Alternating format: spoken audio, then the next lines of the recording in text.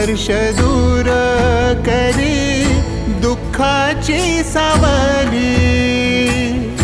गुरु भेटीसाठी झाली जीवाची काहिली। भक्त तुझा गुरुदेवा पुरता अटला भेटला